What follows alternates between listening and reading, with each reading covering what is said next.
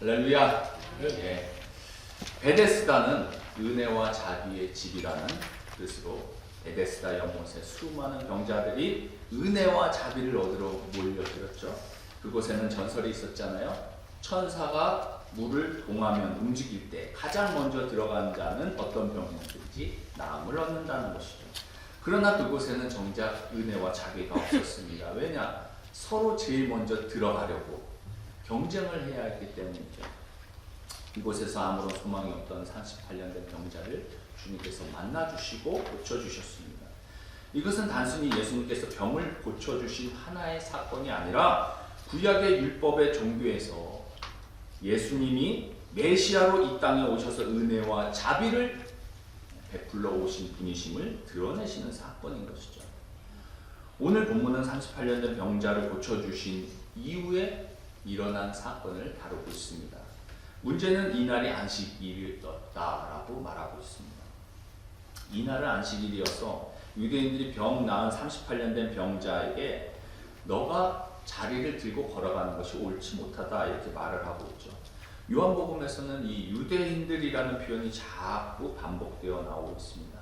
유대인들은 계속해서 예수님이 오셨지만 예수 그리스도를 메시아로 받아들이기를 거부했고 이 주님께서 이 땅에서 진리를 선포했지만 진리에 반감을 가졌던 사람들을 속칭해서 그냥 유대인들이라고 계속해서 표현하고 있어요.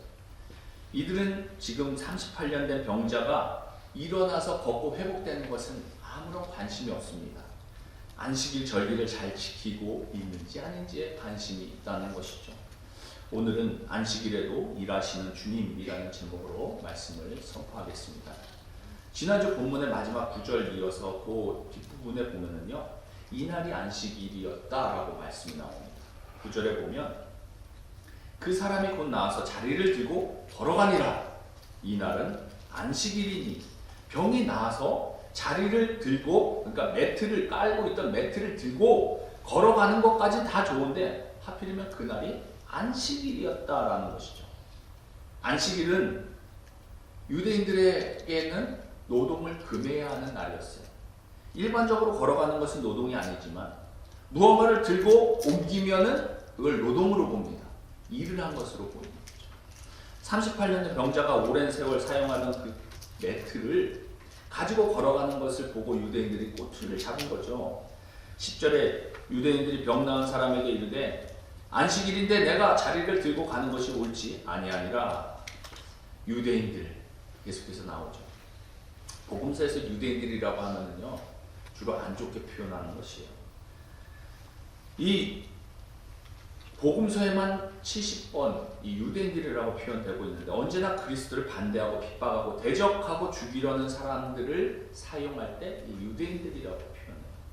그들은 구약에서 하나님의 말씀하신 그 참된 안식일의 의미는 잊어버렸고 안식일의 형식과 제도에 얽매여서 살아갔던 자들이었다라는 것이고, 이 사람들에게 한 사람이 병이 고침받는 것에 큰 관심이 없다는 것을 알게 되는 것입니다. 이 사람들의 관심은 왜 안식일에 일하냐는 거예요. 왜 매트를 들고 걸어가냐는 겁니다. 이들은 안식일의 규정이 사람보다 더 중요한 거죠. 병 나은 사람인 거 뻔히 알았다는 거예요. 잘못된 종교적 선입관에 사로잡혀 안식일에 대한 규례를 지키려고 하다 보니 안식일의 본질을 보지 못하는 것입니다. 38년 된 병자가 일어나서 걸어가는 모습을 보았다면 정상적인 반응은 어떤 것입니까? 당신 계속 누워 지내지 않았냐? 이야, 어떻게 이런 일이 있을 수 있냐? 기적이 일어나네. 같이 축복해주고 기뻐하고 놀라는 것이 정상적인 반응이죠. 그러나 너 안식일에 자리를 들고 걸어가면 안 돼. 그것은 노동하는 거야. 도로 가서 누워. 이 얘기죠. 이처럼 안식일에 매트를 들고 걸어가는 38년 된 병자를 나무라던 유대인들에게 그가 말하죠. 11절 12절에 대답하되 나를 낫게 한 그가 자리를 들고 걸어가라 하더라 하니. 그러니까 병에서 나음받은 것을 알아요. 나를 낫게 한 사람이 나더러 자리를 들고 걸어가라 했다는 것이죠. 그들이 묻되 너에게 자리를 들고 걸어가라 한 사람이 누구냐 하되 이 유대인들에게 이 사람들이 누가 너를 병을 고쳐주었느냐? 이게 일반적인 반응 아니겠습니까? 누가 너에게 안식일에 자리를 들고 걸어가라 하더냐? 이렇게 묻는 겁니다. 이는 너를 고쳐준 자가 누군지에 묻지 않는 것이고 오히려 범죄하게 한 자가 누구냐? 이렇게 묻는 것과 다를 바가 없는 것이죠. 쉽게 말하면 안식일에 범죄케 한 자가 누구냐? 이 말인 것입니다. 이에 그가 말합니다. 13절에 고침을 받은 사람은 그가 누구인지 알지 못하니 이는 거기 사람이 많으므로 예수께서 이미 피하셨습니다. 38년 된 병자는 자기를 고쳐준 이가 누군지를 정말 몰랐던 것이죠. 어떤 분이 자기에게 다가와서 내가 낫기를 원하느냐? 내 자리를 들고 일어나 걸으라. 이 말에 자기가 힘을 얻어 걷게 된 것입니다. 그냥 몇 마디 말씀하시고 고쳐준 후에 그 기적을 통해 사람들이 막 몰려들기 시작하니까 조용히 그 자리를 피하신 거죠. 그래서 그가 누구인지를 알지 못하는 것입니다. 이처럼 주님은 사람이 많을 때 자리를 피하셨다가 사람이 뜸할 때 다시 이 남자에게 다가오십니다. 14절이죠. 그 후에 예수께서 성전에서 그 사람을 만나 이르시되 보라 내가 나았으니 더 심한 것이 생기지 않게 다시는 죄를 범하지 말라 하시니 예수께서 회복된 이 38년 된 병자를 공개적으로 찾아오신 것이 아니라 개인적으로 조용히 찾아오셨습니다. 이 남자에게 꼭 해주고 싶은 이야기가 있어서 오신 것이죠. 우리는 여기서 치유라는 것, 병 고침을 받는 것에 대해서 새로운 의미를 발견하는 것입니다. 육신의 병을 고치는 것은 치유의 반에 해당된다라는 것이죠. 만약 예수님이 병 고치는 것으로 그의 역할이 끝났다고 한다면 의사의 역할로서 많이 다인 것이죠. 그러니까 안진뱅이를 고쳐주셨으니까 그것이 온전한 치유냐? 그게 아니라는 것입니다. 예수님은 그렇게 생각하지 않으셨다는 겁니다. 육신의 치료가 필요 없다는 말이 아니죠. 꼭 필요합니다. 여러분 배고프면 행복하겠어요? 아니죠. 그러나 배부르면 행복합니까? 또 그것도 아니잖아요. 어쨌든 우리는 배가 부르고 등이 따뜻해야 되는 것이고 병들면 불행해집니다. 병이 나음받아야 됩니다. 그러면 내가 육신적으로 건강하다고 그 사람이 행복하냐? 이건 또 아니라는 것이죠. 진짜 행복은 건강한 데서 시작되지만 완성은 아니라는 겁니다. 완성은 무엇입니까? 마음이 행복해야 된다는 거예요. 정신이 행복하고 영이 행복해야 된다는 것이죠. 몸을 치료받는 것은 절반에 해당되는 것이고 진정한 치료는 그 영혼이 치료받는 것입니다. 예수님께서 그의 병을 고쳐주실 뿐만 아니라 정신적으로 영적으로 방황하고 있는 이 남자에게 조용히 찾아가셔서 완전한 치유를 해주시는 것이죠. 이 치유에 대하여 세 가지가 있다는 것을 발견하죠. 첫째는 육체적으로 치유를 받아야 되는 것이고 질병에서부터 자유를 받아야 되고 모든 육체 불균형부터 회복받는 것. 그러나 그보다 한 단계 더 높은 것은 정신적인 치유죠. 방황, 좌절, 절망, 허무함, 삶의 무의미 이런 것으로부터 방향과 해답을 주는 치유입니다. 이거보다 더 한 단계 높은 것은 무엇입니까? 영적인 치유입니다. 죄와 사망과 죽음의 문제를 해결해 주는 것이 바로 이 영적인 치유인 것이죠. 예수님은 이러한 치유를 위해 조용히 사람 없는 틈을 보고 그에게 찾아오신 것이죠. 그래서 다시는 더 심한 병이 생기지 않도록 죄를 짓지 말라 이렇게 말씀하셨잖아요. 질병의 원인은 여러 가지가 있을 수 있다는 것이죠. 자연적이고 환경적이고 유전적인 이유로 병이 들 수도 있습니다. 그러나 이 남자의 경우에는 죄 때문에 병을 오랫동안 가졌다고 보신 것 같습니다. 만약에 환경적이고 유전적인 질병을 가진 자였다면 주님께서 다시는 죄를 짓지 말라 이렇게 말하지 않으셨을 것이죠. 따라서 예수님은 그 사람에게 다시는 더 심한 병이 재발하지 않도록 죄를 끊어라, 죄 짓지 말라, 그리고 이 남자의 영적인 부분을 치유하고자 하신 것입니다. 자기의 병을 고쳐주신 사람이 누구인지 모르고 있었는데 예수님이 오셔서 다시는 죄를 짓지 말라 말씀하시고 그가 예수인 줄을 알게 되죠. 그래서 그 15절에 보면 그 사람이 유대인들에게 가서 자기를 고친 이는 예수라 하니라. 왜 매트를 갖고 안식일을 어기냐, 왜 걸어가냐, 이렇게 했던 유대인들에게 가서 나를 고쳐주니까 예수다라고 말을 하는 겁니다. 그러므로 이들의 반응이 어떻습니까? 16절에 그러므로 안식일에 이런 일을 행하신다 하여 유대인들이 예수를 박해하게 된지라. 유대인들이 예수 그리스도께서 38년 된 병자를 다시 회복시킨 사건에 대해서 기뻐하기보다는, 축복하기보다는 시비를 걸고 문제를 삼는 계기가 되었다 말씀하고 있죠. 여러분, 이런 일이 있으면 함께 기뻐하고 즐거워하고 좋아해야 하는 거 아닙니까? 그런데 그렇지 않았다는 겁니다. 관점을 다르게 보았습니다. 우리 주변에도 이런 일들이 있을 수 있다는 겁니다. 좋은 일인데, 축복할 일인데 시기와 질투로 핑계삼아 딴지 걸려는 그런 사람들이 우리 주변에 있는 것을 발견할 수 있는 것이죠. 그들은 이 38년 된 병자가 자리를 들고 일어나 걷게 된 이 사람의 감격과 기쁨에는 전혀 관심이 없죠. 얼마나 큰 기적이고 기뻐할 일입니까?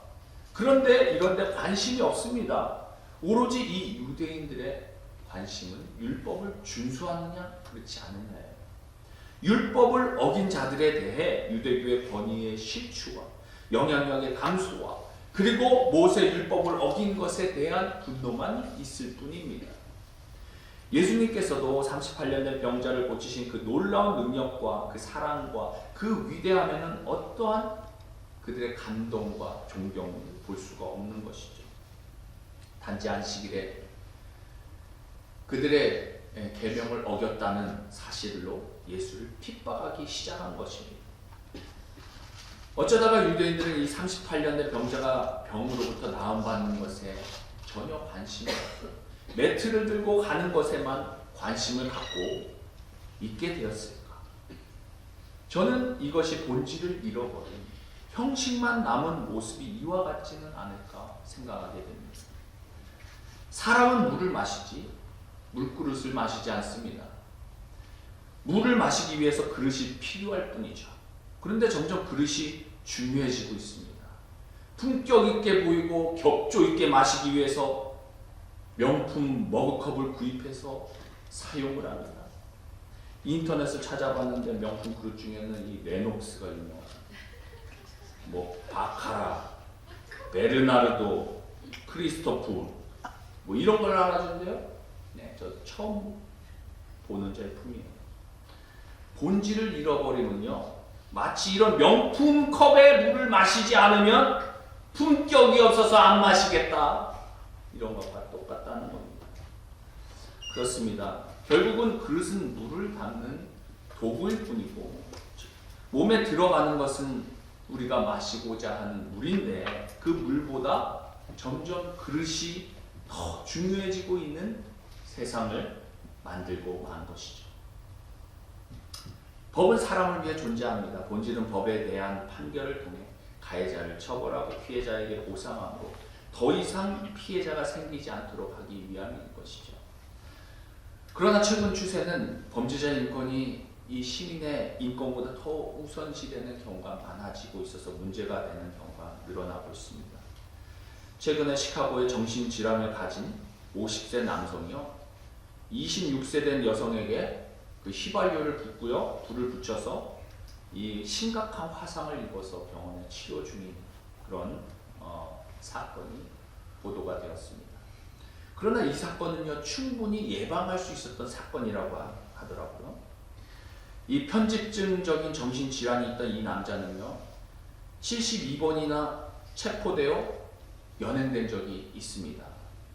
마약 소지, 마약 거래, 거물 파괴, 차량 훼손, 흉기 사용, 무단 침입, 음주운전, 그리고 방화 사건을 저질렀다고요. 폭행 관련 사건으로만 15번 체포되었다고 합니다. 게다가 유죄 판결을 받은 건수 중에 8번이 중범죄였어요.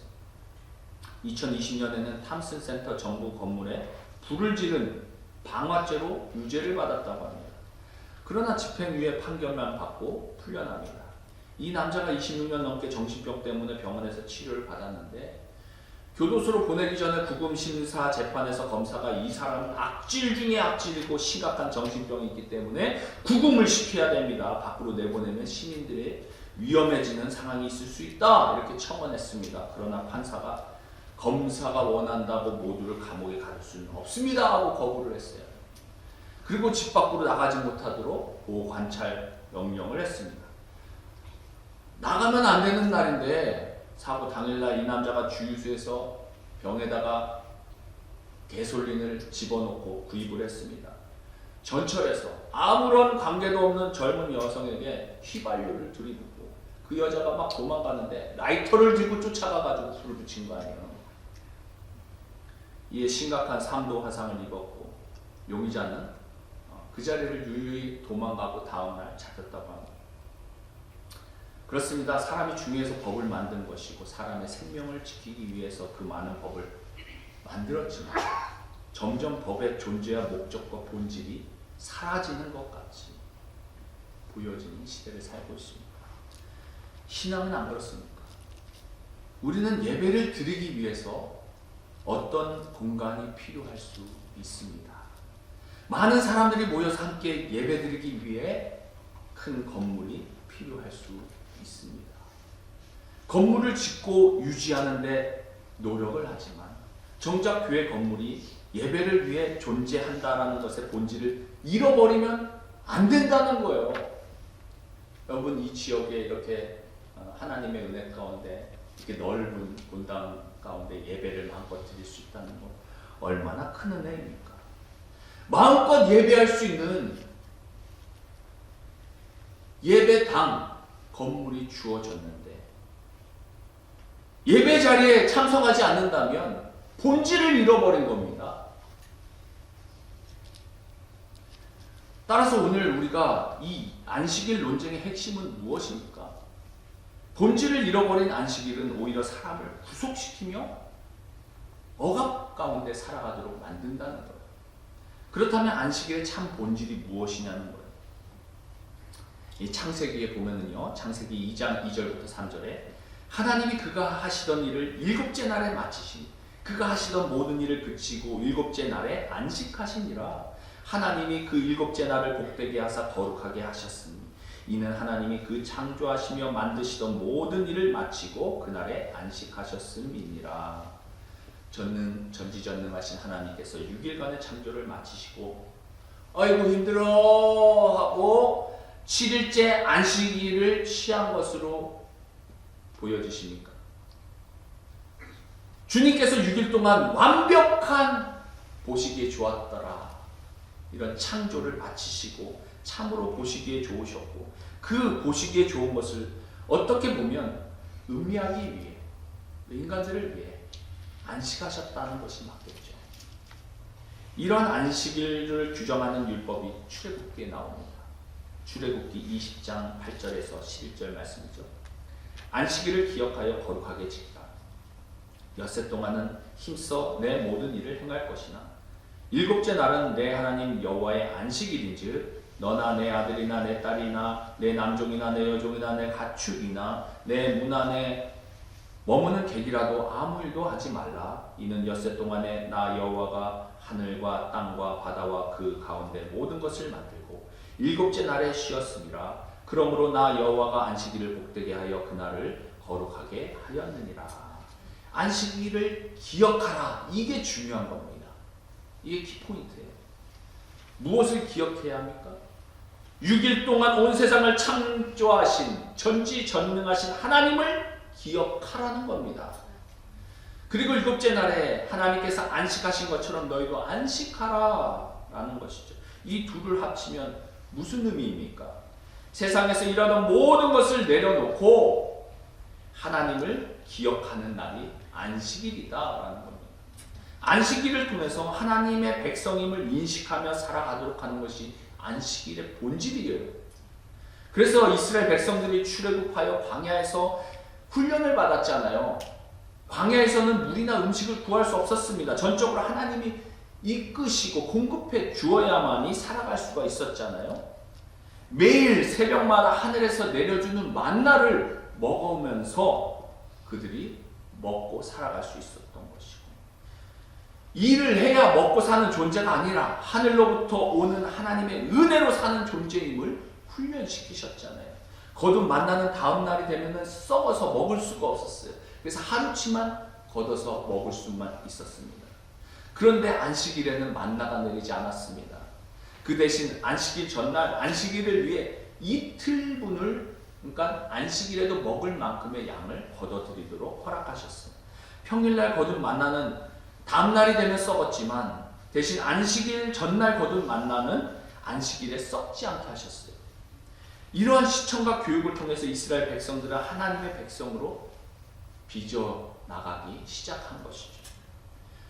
우리 인생에서 내가 내 인생의 주인이 아니라 하나님이 나의 인생을 책임져 주시는구나 깨닫는 날입니다. 안식일을 통해서 이 세상을 창조하시고 나를 주관하시고 하나님이 계신 것을 기억하는 것이 안식일의 참 본질이라는 겁니다. 오늘날 뭐 일을 안 하는 거 뭐 좋습니다.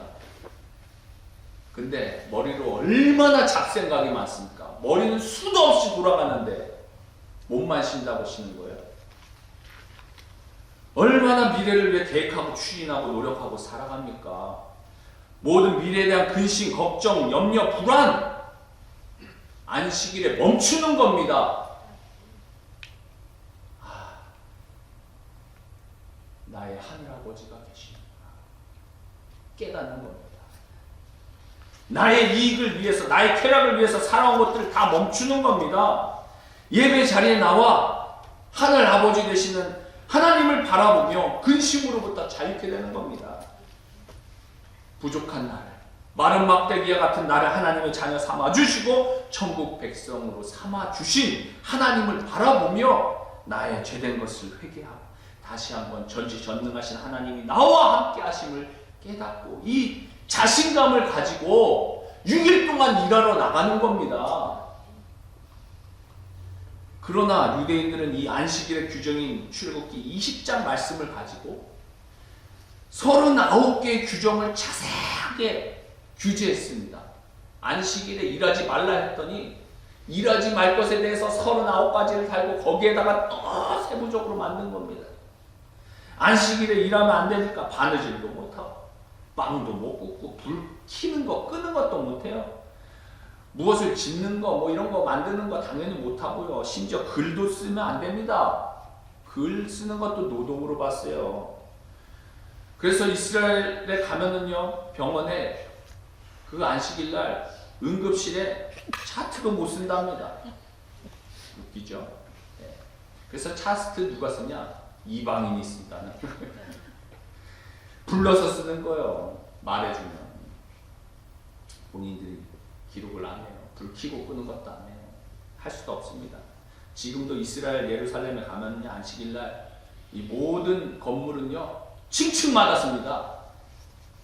생각해 보십시오. 한 15층 건물이래 봐요. 2층, 3층, 4층 위에서 또 계속 얼마나 답답하겠어요. 이 안식일용 이 엘리베이터를 운영하는 거예요. 그 중에 하나가 500g 이상 되는 물건을 들고 가면 안 돼요. 500g 넘으면은 안식일의 규정을 위반하는 거예요. 500m 이상 걸어가도 안 됩니다. 그러니까 이 38년대 병자가 500g 이상 되는 매트를 들고 걸어가니 안식일의 규정을 어긴 거예요. 형식인 이 안식일의 규정을 지키는 것이 더 중요해졌던 것이죠. 하나님을 기억하는 안식일의 참된 의미는 놓치고 말았다는 겁니다. 그러나 주님께서는 계속해서 안식일의 기적을 일으키시는 것을 보게 됩니다. 의도적인 것이죠. 무엇 때문입니까? 안식이란 궁극적으로 우리가 묶인 데서 풀려나는 거 아닙니까? 자유케 되는 거 아닙니까? 생명의 주인이 누구신지를 기억하는 거 아닙니까? 내가 내 인생의 주인이 아니라 하나님이 나의 인생의 주인이라는 것을 기억하는 날인 것이죠. 따라서 주님께서는 인자는 안식일의 주인이라는 것을 선포하시고 주님이 다시 생명의 질서, 창조의 질서를 회복하러 오셨다는 것을 우리에게 각인시키시고자 하는 것을 보여주는 겁니다. 따라서 주님께서 안식일의 규정을 범한 것이 아니라 안식일의 주인이 안식일에 무엇을 해야 하는지 보여주고 들려주시는 것이죠.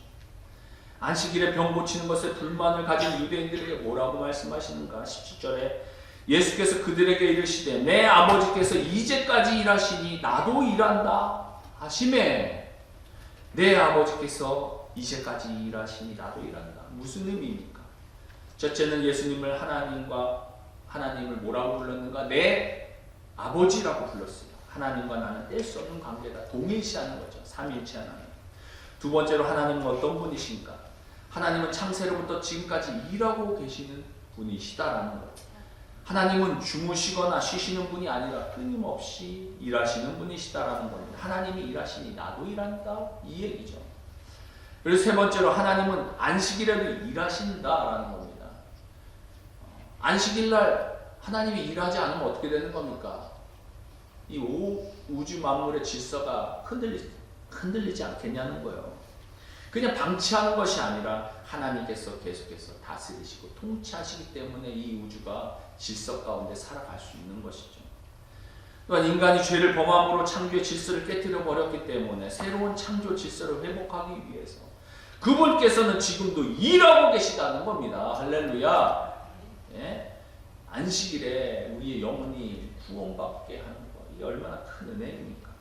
안식일에도 안식을 잃어버린 사람들의 안식을 위해 주님께서 일하시는 줄 믿으시기 바랍니다.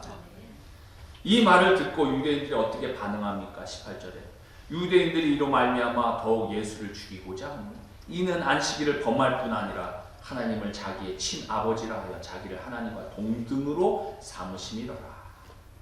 예수님께서 안식일 문제로 종교 지도자들에게 밉보였을 뿐만 아니라 주님께서 하나님을 친아버지라고 하여 신성모독으로 십자가에 달려 돌아가게 하시지 않았습니까?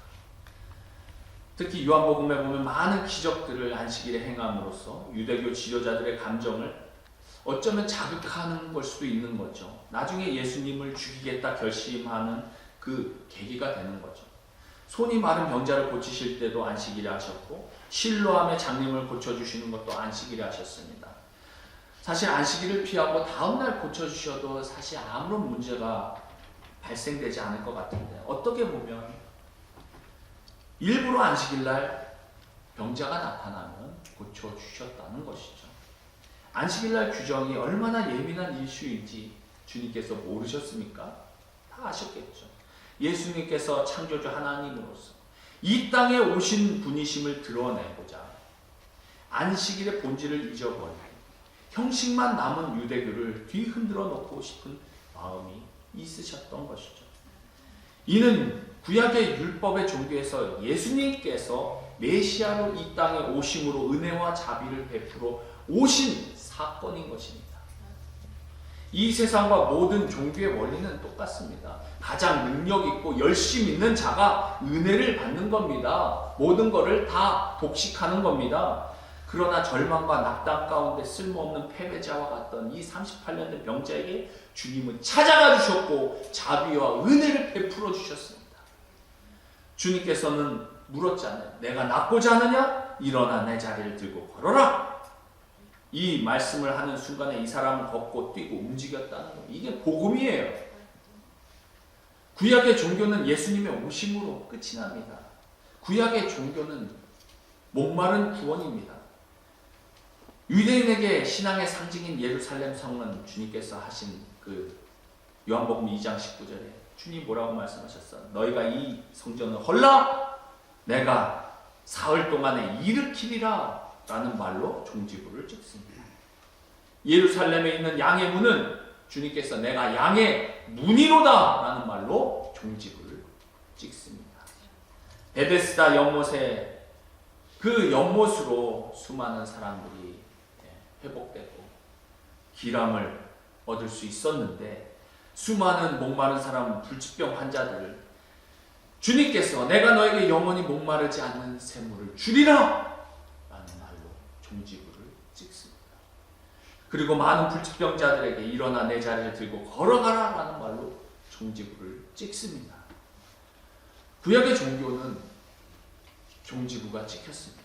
목마른 제사와 구원은 끝이 난 겁니다.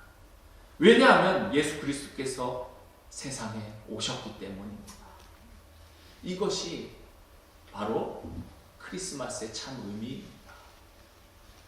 구약과 신약을 비교하는 것 가운데 재밌는 것이 무엇입니까? 구약에서는 창세기로부터 계속해서 죽고 몇 살까지 살다 죽고 몇 살까지 살고 죽고 이렇게 기록되잖아요. 신약 마태복음에 가면요, 누가 누구를 낳고. 구약은 죽은 종교고 신약은 사는 종교다, 이렇게 재미있는 표현을 합니다. 예수님이 오심으로 어둠의 역사는 끝이 나고 죄악의 역사는 끝이 나고 사단의 역사는 끝이 나고 종지부가 찍힌 사건, 베데스다 연못에 나타난 사건입니다. 왜냐하면 예수님이 안식일의 주인이시기 때문입니다. 예수 그리스도께서 이 땅에 오심으로 인류의 역사가 바뀌었잖아요. 구약에서 신약으로, BC에서 AD로, Before Christ, Anno Domini.